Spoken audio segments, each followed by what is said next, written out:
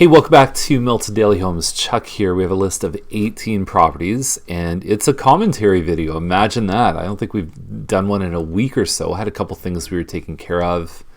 A couple new agents joining the team. I wasn't feeling well. So if this is a letdown, I apologize, but hopefully some of the words that I say are here to help you. So let's get started. Get a big list. 72 Bruce Street, 369. I have a feeling it'll sell for more than this. They're holding back on offers.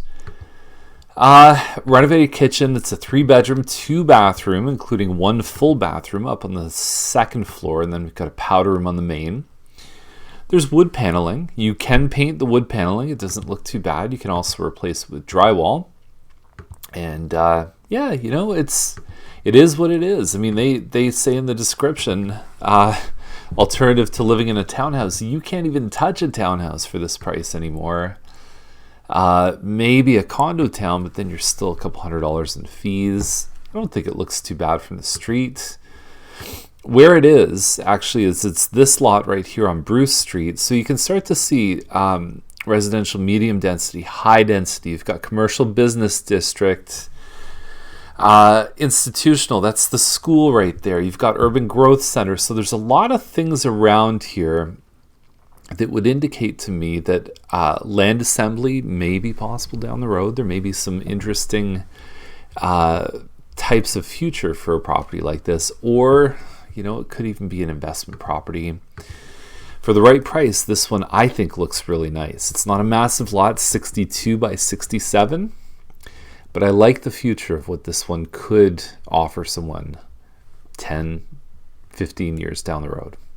Now, you're going to see some descriptions in today's episode leave something to be desired. This one on Manley.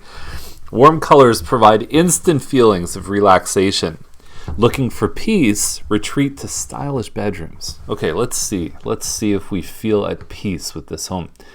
You're not going to feel at peace with the fact that it's a front-back home and it backs onto Main Street. So you're going to have trucks, cars, 24 hours a day, boom, boom, boom, right behind you.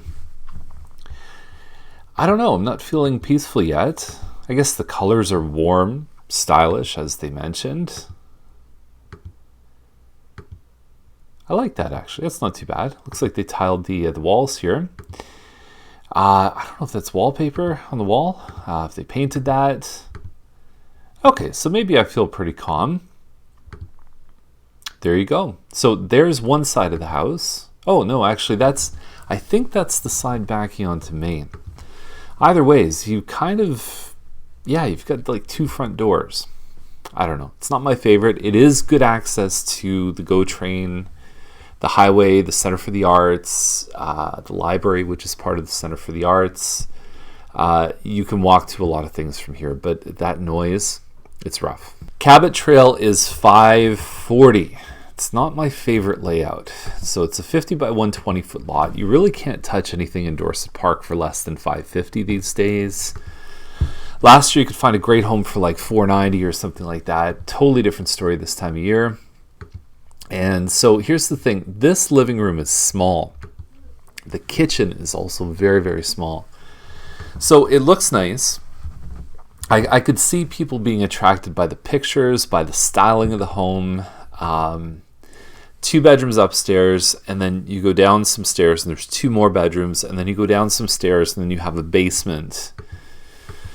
Bathroom doesn't look too bad. I mean, I think they'll sell for more. It's just everything in this home, to me, when I've been in this layout, seems small. I mean, if you look at the bedroom size, you've got 9.74 by 7.68. I can reach 7.68 if I put my arms in the air. I can reach about 8 feet. Now, I'm taller than the average person, but that's small. That's small to me. Got 11.91 by 7.58. So none of these rooms even hit what most people consider to be a normal bedroom size at 10 by 10. Now, on the other hand, if you need 4 bedrooms, this is good. You don't find many 4 bedrooms in this neighborhood. So I know it wouldn't be my first choice, but I know that there's an audience for it. And I could definitely see it selling for this or more just because of what's going on in the neighborhood. Hurry, hurry, hurry to 930 Hasselfeld, 574.9. And if you read this description, unbelievable price, absolute bargain. The problem with that is it comes off as very salesy, right? If you look at a description, you look at the pictures, I think buyers are comparison shoppers in 2016, and they're aware of when something's a good deal. This is a 1510 square foot. It's called a Hillsview N model. It's a townhouse. I don't think it's that great of a deal. They're not holding back on offers. Sorry, I got stuff in my eyes. Price low and firm for a buyer who wants a great value on the best house. It won't last long, low price. So hurry in for a showing today. This reminds me of a clip I found on YouTube. Check it out. Hey there, you look like the kind of guy who wants to buy a car, and I've got just the one for you. It's got everything you've ever wanted, and I'll make you an offer you just can't refuse. But you better buy now, because I got another guy who's really interested. He'll be by here any minute. What do I got to do to make this a deal for you, huh? Throw in my mother-in-law? In all seriousness, though, I feel like what that does is it actually has the opposite effect. I think it actually pushes people away instead of pulls them in. Even in the broker's comments, which most people don't have a chance to see, then it says, hurry, do your buyer a favor, write a clean full price offer and save yourself all the fun of a full price counter. So what that really means is the sellers aren't going to take less than this price.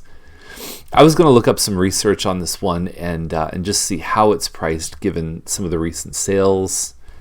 The MLS system's down. Can't do that. But first glance to me, it's okay. You know, there's some semis in today's list that are right around the same price.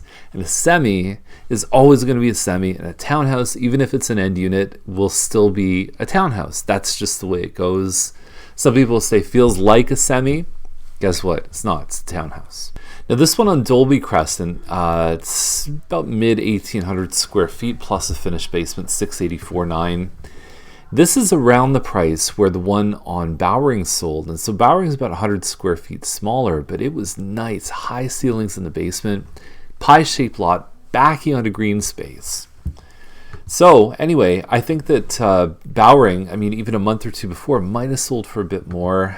Dolby Crescent, so this one's nearly $700,000 for a single car garage. We have seen 4 or 5 single garages go for more than 7 though.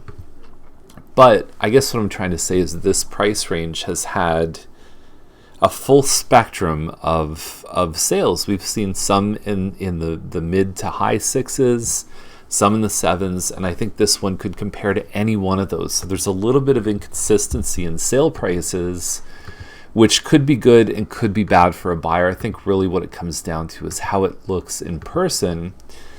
I'm going to see this one probably tomorrow night, so if you want some feedback on how it shows, or if you even want to go have a look at it, just send me a note. I'd be glad to share my thoughts. So speaking of sales techniques, it's funny. What happens after a showing? Some agents will call and ask for feedback. And so I was asked for feedback about this home. And I said, look, it just wasn't we didn't feel like the price was reflective of value. So it was at $739. It's at $709. So who knows? Maybe other people had the same feedback. It's got a separate entrance on the side. It's pretty good separation from the neighbors. The side entrance does lead to a kind of a basement suite. I thought the work was subpar. Layout's pretty good, but the moldings look like, honestly, and I love my 7-year-old daughter, it looks like she put the crown moldings in. Okay, so she's just, again, I love her to death. She's actually a really good artist, but quality-wise in this home, there were a lot of things that, in my view, were just deficient and not extremely well done. I hope she doesn't see this one day. That would not be good. But anyway, like I said, I love her art. I have it hanging all over the place. And there you go. There's a couple shots of the basement here. It is pretty open. There's your side door there. I am guessing that was not something, maybe there's a permit for it, but it's definitely not a legal basement. And not a lot of grass in the backyard. I'm not a big fan, even though they've dropped the price by a bunch. I'm not in love with it. Now this one on Donnelly, 849.9, Coscorp home. We don't see a lot of the Coscorp homes list.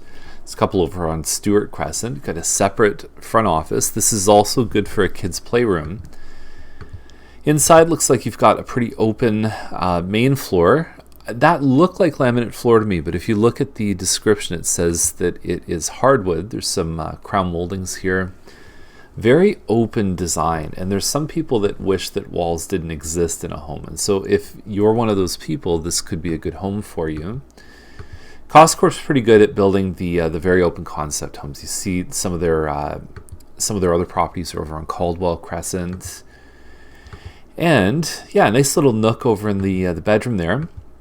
Finished basement with a walkout, and you've got a pie-shaped lot. So there's a couple features in here that I think are very hard to find. I was going to look this up on the map. Normally when you see pie-shaped lot on Donnelly not backing onto anything, it's either backing onto Louis St. Laurent or it's backing onto James Snow Parkway. And so there's some things to know about that development-wise. And there's also, traffic is only going to go up. James Snow Parkway is going to connect with Neagawa. And Louis St. Laurent will probably eventually be a 4-lane road. So the traffic is only going to continue to escalate over the years. But I'll tell you, don't see many lots this big in the new area at all. There we go. That's the list. Thank you for watching. And we're here to help you. So if you want some daily lists of emails, if you want some guides about buying or selling, come to the buyer class, come on a tour of homes. We've got all of that stuff on the website. Learn about the neighborhoods, download the guide to Milton Neighborhoods and Prices, and off you go. So anyway, have a great day, and we'll see you tomorrow with more Milton Daily Home.